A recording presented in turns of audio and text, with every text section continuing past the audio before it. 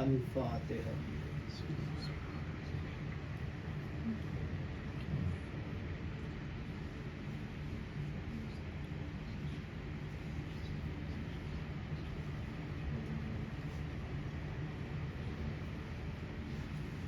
اعوذ باللہ من الشیطان الرجیم، بسم اللہ الرحمن الرحیم۔ الحمد للہ رب العالمین، والصلاة والسلام علی اشرف الانبیاء والمرسلین، خاتم النبیین وشافی المحشر، سیدنا المسدد المصطفیٰ الامجد المحمود الاحمد، وعلى اہل بیت الطیبین الطاہرین المعصومین المظلومین، الذین اذهب عنہم الرجس وطہرہم تطہیرا۔ اللہم صل علی محمد وآل محمد۔ اما بعد، فقال اللہ سبحانہ وتعالی فی محکم کتاب الحکیم وقرآن المبین وقولہ الحق۔ بسم اللہ الرحمن الرحیم۔ یا ایہا الذین آمنوا اطیعوا اللہ وَأَطِیعُوا الرَّسُولَ وَأُولِي الْأَمْرِ مِنْکُمْ صلوات۔ اللہم صل علی محمد وآل محمد۔ سورہ نساء آیت نمبر 59 کی تلاوت کا شرف حاصل کیا، جس میں ارشاد باری تعالیٰ ہے، یا ایہا الذین آمنوا، اے ایمان والو، اطیعوا اللہ، اللہ کی اطاعت کرو، وَأَطِیعُوا الرَّسُولَ، اور رسول کی اطاعت کرو، وَأُولِي الْأَمْرِ مِنْکُمْ، اور اولی الامر کی اطاعت کرو۔ ماشاءاللہ آپ سب جانتے ہیں کہ اولی الامر سے مراد ائمہ طاہرین ہے۔ اب مسئلہ یہ ہے کہ اللہ کی اطاعت کیسے ہو، رسول اللہ کی اطاعت کیسے ہو، اور ائمہ طاہرین کی اطاعت کیسے ہو۔ رسول اللہ نے بڑے واضح الفاظ میں بتا دیا تھا کہ میں دو گراں قدر چیزیں چھوڑ کے جا رہا ہوں، ایک قرآن اور دوسری اہل بیت۔ ان دونوں سے متمسک رہنا یہاں تک کہ حوض کوثر پر پہنچ جاؤ۔ اب یہ ہے کہ کچھ لوگ صرف قرآن سے منسلک ہو جاتے ہیں اور کچھ اہل بیت سے، حالانکہ یہاں پہ بیلنس رہنا ضروری ہے۔ قرآن سے متمسک کیسے رہ سکتے ہیں، اس کی چھوٹی سی مثال کہ کربلا یوم عاشورہ سے پہلے مولا حسین نے مولا عباس سے کہا کہ ایک رات کی مہلت لے لو، عباس تم جانتے ہو کہ ہم عبادت الہی کو کتنا اچھا محسوس کرتے ہیں، اور خیموں سے کون سی آوازیں آ رہی تھی؟ قرآن پاک کی تلاوت کی۔ دوسرا یہ کہ جب مولا کو شہید کر دیا گیا تو مولا کا سر نیزے پہ بلند تھا اور قرآن پاک کی تلاوت ہو رہی تھی، سورہ کہف کی۔ آج کا موضوع ہے چار گوہر۔ گوہر کہتے ہیں موتی کو، اور چار موتی آپ کی سماعتوں کی نظر کر کے آپ کی دعا لوں گا، وہ بھی مولا حسین کے صدقے میں، تاکہ آپ ہو سکتا ہے کہ اس زندگی میں، کچھ لوگ برزخ میں اور کچھ آخرت میں انشاءاللہ دعائیں دیں۔ ایک دفعہ درود پڑھے تو میں عرض کروں۔ اللہم صل علی محمد وآل محمد۔ حضرت محمد مصطفیٰ صلی اللہ اللہم علیہ صل علی محمد وآل محمد نے فرمایا کہ جو شخص 3 مرتبہ اعوذ باللہ السمیع العلیم من الشیطان الرجیم پڑھ کر سورہ حشر کی آخری 4 آیات آیت نمبر 21، 22، 23 اور 24 ان کی تلاوت کر لے صبح اور شام، تو کیا ہوگا؟ اللہ سبحانہ و تعالی اس بندہ مومن کے لیے 70,000 فرشتے مقرر فرمائے گا، جو کہ صبح سے شام تک اور شام سے صبح تک اس پر رحمتیں بھیجتے رہیں گے۔ اللہ اکبر۔ اور یہ ہے کہ مولا حسین ہوئے ہیں شہید۔ ہم میں سے کون ایسا ہے جس کا دل نہیں کرتا کہ وہ بھی شہید کی موت مرے، شہید نہ ہو؟ کوئی ایسا ہے؟ اس کا مطلب ہے کہ سب یہی چاہتے ہیں۔ پھر رسول اللہ فرماتے ہیں کہ اگر وہ شخص اس دن میں یا اس رات میں مر جائے تو وہ شہید کی موت مرے گا۔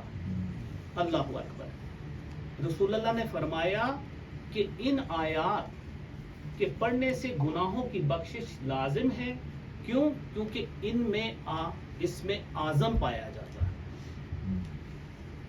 اور امام جعفر صادق علیہ السلام اللہم صلی علی محمد وآل محمد اسی ضمن میں فرماتے ہیں کہ جو شخص سورہ حشر کی آخری 3 آیات کی تلاوت کرے، آیت نمبر 22، 23 اور 24، وہ اس طرح کرے کہ ان آیات کو اپنے جسم کا حصہ بنا لے، یعنی اس کو ازبر ہو جائیں، اور صبح اور شام انہی آیات کی تلاوت کرے، تو کیا ہوتا ہے؟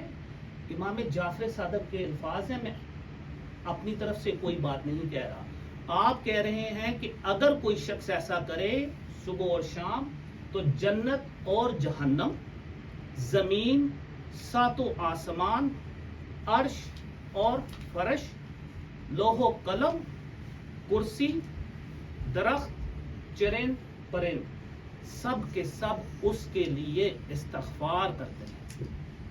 اللہ اکبر۔ یہاں تک آپ میرے ساتھ آ گئے۔ اب مسئلہ یہ ہے کہ اس کو تھوڑا سا آگے لے کے چلیں۔ جس بات میں خوبصورتی ہے وہ یہ ہے کہ آیت اللہ مرزا شاہ آبادی اپنے وقت کے بہت بڑے عارف تھے اور درس دیا دیتے منطق کا اور فلسفے کا۔ آپ فرماتے ہیں کہ ان آیات کو اگر کوئی شخص اپنی روٹین کا حصہ بنا لے، اپنے جسم کا حصہ بنا لے، اپنی روح کا حصہ بنا لے، یعنی اس کو پڑھنا شروع کر دے، تو آپ فرماتے ہیں کہ فلسفہ اور منطق کی زبان میں اس کو کہا جاتا ہے کہ اپنا ملکہ بنا لے، یعنی آپ کی باڈی پارٹ کا حصہ ہو گیا، روح کا حصہ ہو گیا، آپ نے ازبر اس کو یاد کر لیا ہے۔ تو آپ فرماتے ہیں کہ اس کا پہلا جو فائدہ ہے آپ کو قبر کی پہلی رات میں نظر آ جائے گا۔